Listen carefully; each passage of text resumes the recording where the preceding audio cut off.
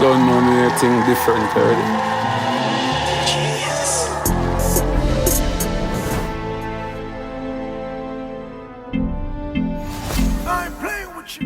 Greetings and blessings, YouTube family. Yeah, I recently posted this video, the same one you're about to watch. In certain countries, it was taken down. So, hey, at least we're being recognized, huh? But it doesn't matter. I took the content out. It was a video from Made in Africa by Stephen Marley. I guess Stephen Marley's music is being pushed by UMG, which is Universal Music Group. So they took it down. It doesn't matter. I made a change to the video. Have a great day and enjoy this video. Do like, share, subscribe, and tell all your friends and family. All right, tell them to check out this channel and tell them to subscribe also and keep up with the great videos I'm producing here. Have fun, laugh, but think. I'm playing with you. I have a special treat for you. I'm gonna bring it back old school and bring you some old school comedy with very serious topics. I want you to address these topics in the comments, okay? Please like, share, and subscribe. And don't forget to check out the other videos. They're very informative. All right, thank you again for tuning into Culture Links TV. What have you got against black drivers?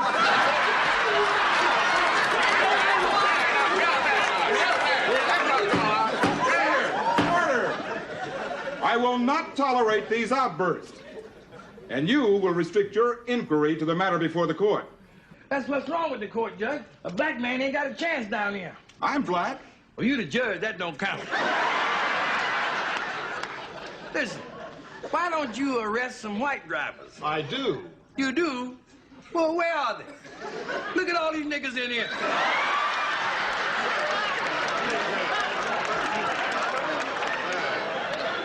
Look around here. There's enough niggas in here to make a Tarzan movie.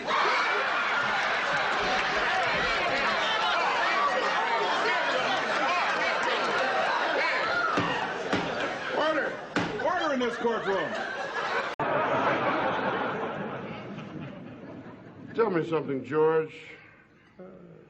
You like to use the words Uncle Tom a lot, only when it fits. Do you know who Uncle Tom really was? Sure. He was that dumb nigga used to thank Simon Legree for whipping him. Wrong. That's another one of those lies about our people that has been accepted as truth. Who was he then? Superfly in disguise? No, George.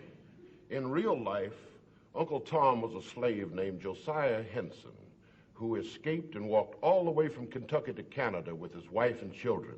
And there he started the first manual training school for our people. How you know that? I read. Sometimes I listen. You could do the same thing. Huh? You heard of the Underground Railroad? Sure. Well, Josiah Henson helped 100 slaves escape up north even before there was an Underground Railroad. He was a brave man, a great leader. And I'll tell you something else, George. I'd never call you an Uncle Tom.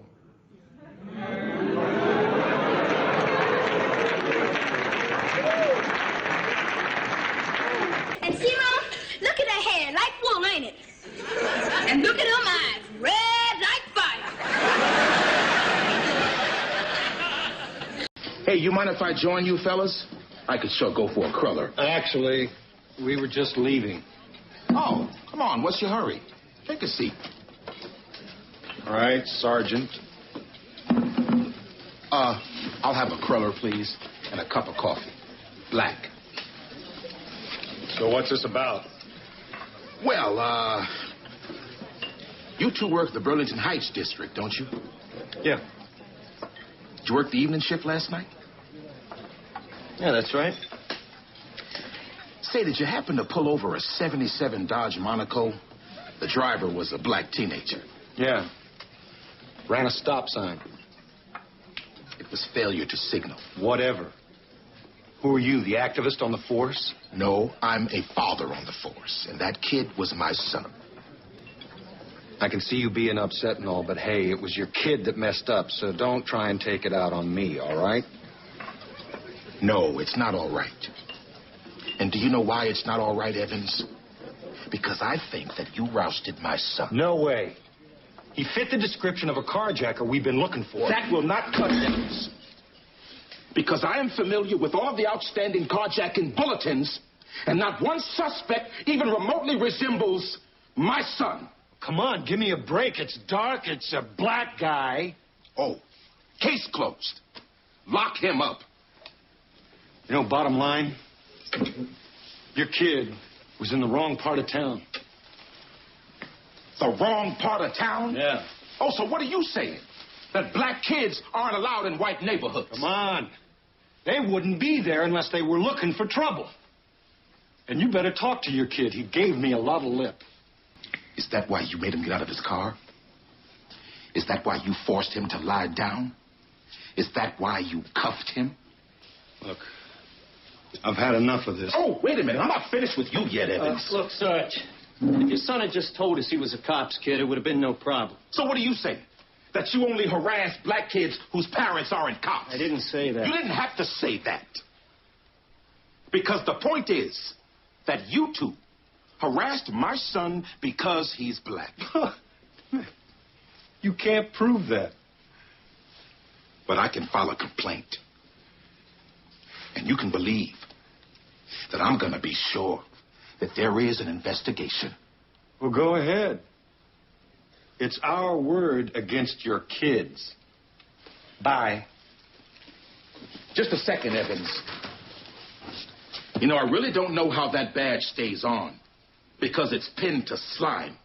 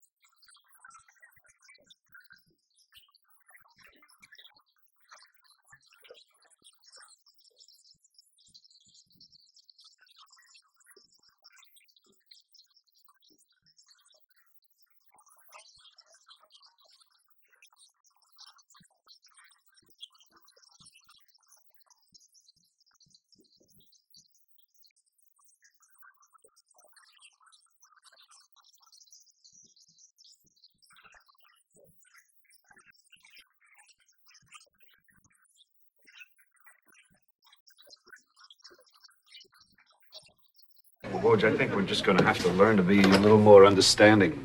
I appreciate the fact that Harris has special problems. Like what? Like he's black. I knew that. Well, I thought those differences weren't important. Well, they're not. But they are. I can understand it, but that's as close as I can get. Yeah. Yeah, all right. Thanks, Mark. Let's make them signs. Oh, it's not a house. It's not a house.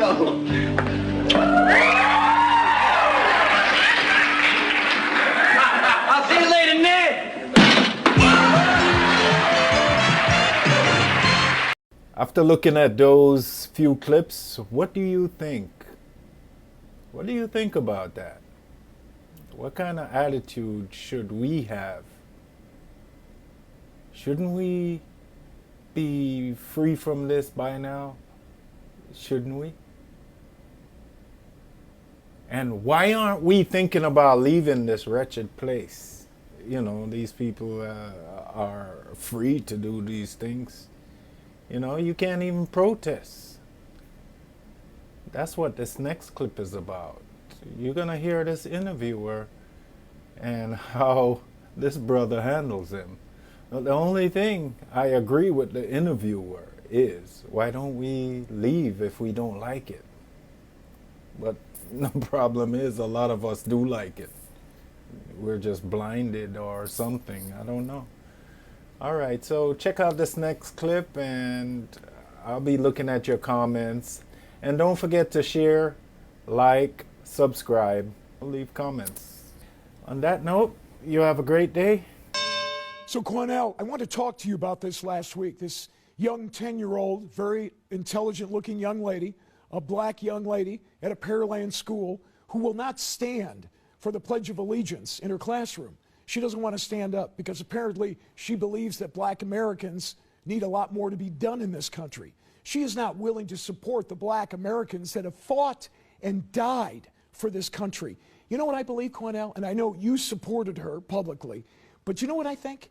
I think at 10 years old, she has no real understanding of what America is. So I wonder if her parents have sat her down and explained what Americans have given their lives, white, black, red. It doesn't make any difference. They stood and they fought and they died for this country, and she doesn't want to do anything to honor them? Matt, she comes from a family of military service members. Her father's is a retired military service member also, who served this nation well with great dignity. She also has additional family members who was in the armed forces. Good. Her mother's a very intelligent woman who has had long conversations, as well as her father, about her not standing for the flag. What white people need to understand is Just that, white people? Yes, please, let me explain. What white people need to understand is that that national anthem was written by Francis Scott Key, a slave owner, who demonized and hated black slaves and black people. And that unwritten third, that unheard of and unspoken third verse, go research the third verse where he says, there's no refuge in this country for the hireling or the slave. Both should be turmoil to the grave. How's her parents doing? This is a man Are they successful? that promised turmoil for black people to the grave. Would you ask Jewish children to say a pledge to a German anthem that disrespects Jewish people? If they're No, you living would in not. Germany, No, sure. you would not. Well, sure. That disrespects Jewish people? Then No, why, you would not. You certainly can kneel down. In America, you have the right to do that. But what will happen to her, how her friends will respond, how the school will view her, how Americans will view her is very negative. And, this is not what you want for your 10-year-old child. And let me say to that young girl and others like that young girl, America looked at the same way at Rosa Parks when she refused to get up and give up her seat to a white man on the bus. But history vindicated her. History vindicated her. Two different America demonized Harriet Tubman for freeing slaves from slavery, but history vindicated her. So I say to that young girl, you stand strong, stand up, and stand for what you believe in. And to all of those who are too coward to do it, don't get in that young girl's way. Others like her, support that young girl. What would you like her to say to the men and women who have fought for this country like I ran into over the weekend? The black men and women who fought for this country, and some who gave their lives. And ask the black men and women who served America in its military, like in the Independence War. We helped America get it, and we were still slaves afterwards. Ask those in Vietnam who gave their war on Vietnam battlefields, but then came back and was called niggers in their own country. We have fought in America's war, and we've never been given the justice and the due process of everybody else in this nation. Then why don't you move to a different country? Why are you staying here if you don't like it? Let me tell you why. Because the country belongs to Indians. You white folks stole it from them, raped and robbed their people. This not your country. You all came over here and stole it and beat the hell out of them. So this not your country. It was my country. You all need to go home. If you're you all need to go back where you came from. If you don't like it, why don't you pack up and go? Let the Indians decide who should pack up and go. And I guarantee you black folks will stay, and you all will be on the first damn boat leaving here. So don't try that, brother. You all didn't make America. This is not your country. What you should do is sit down with someone who has fought for this country, Cornell. Get their opinion, too. Tons of black people have, and what have we gotten from it?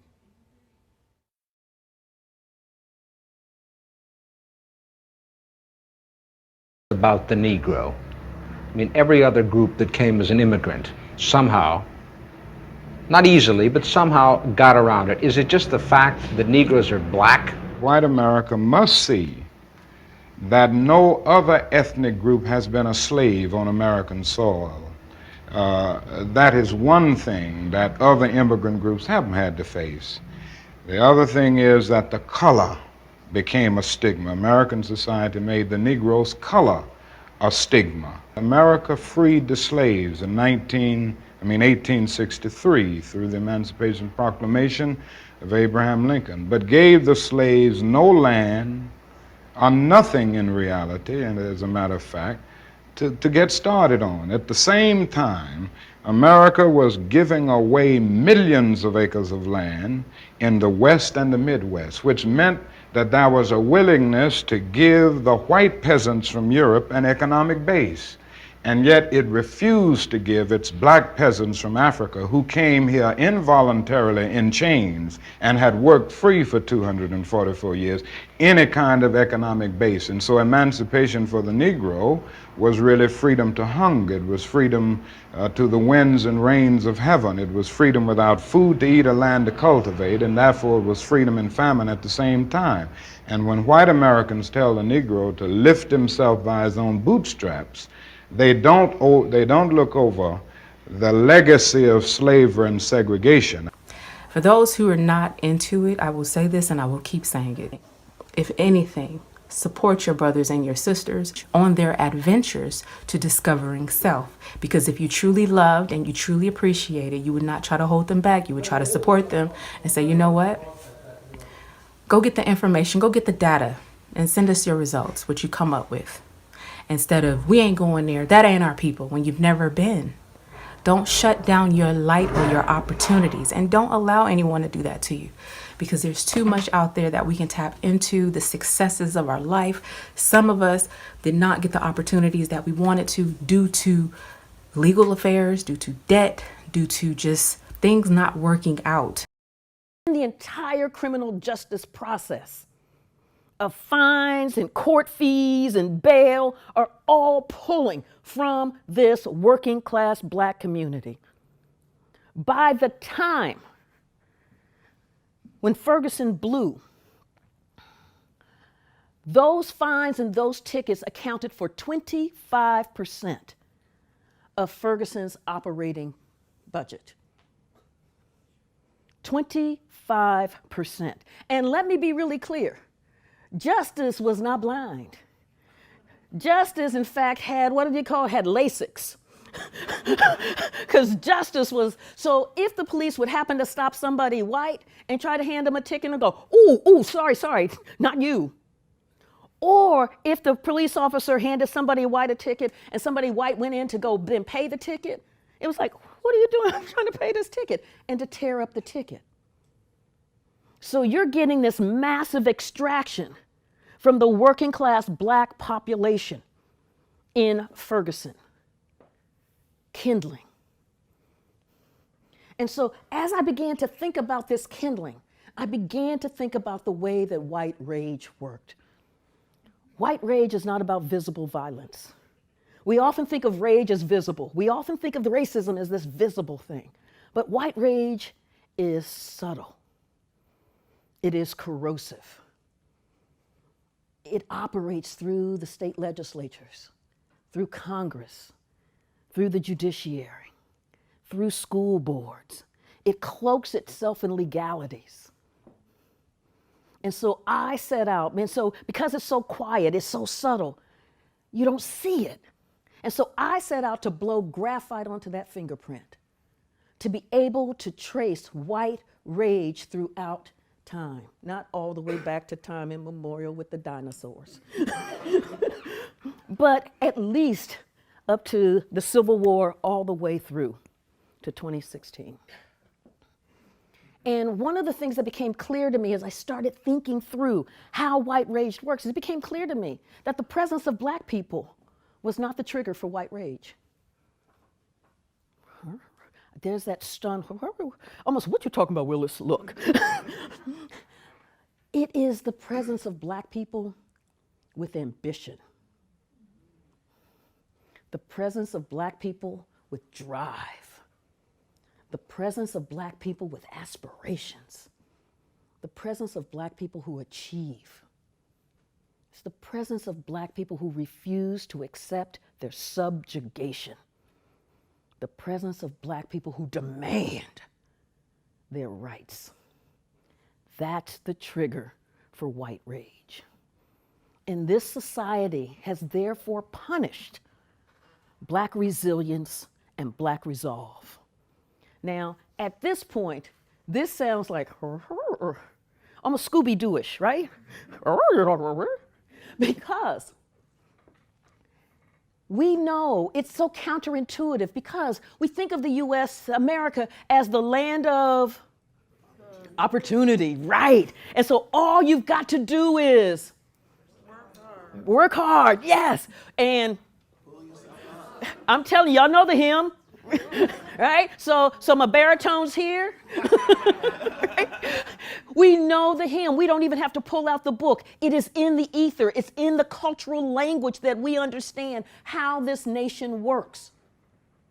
But so what happens if you have a series of policies that in fact punish black achievement, black aspiration?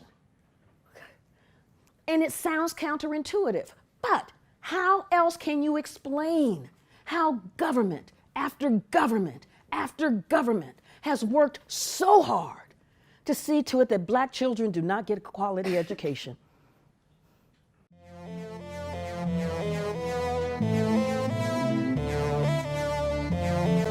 Don't know me anything different already.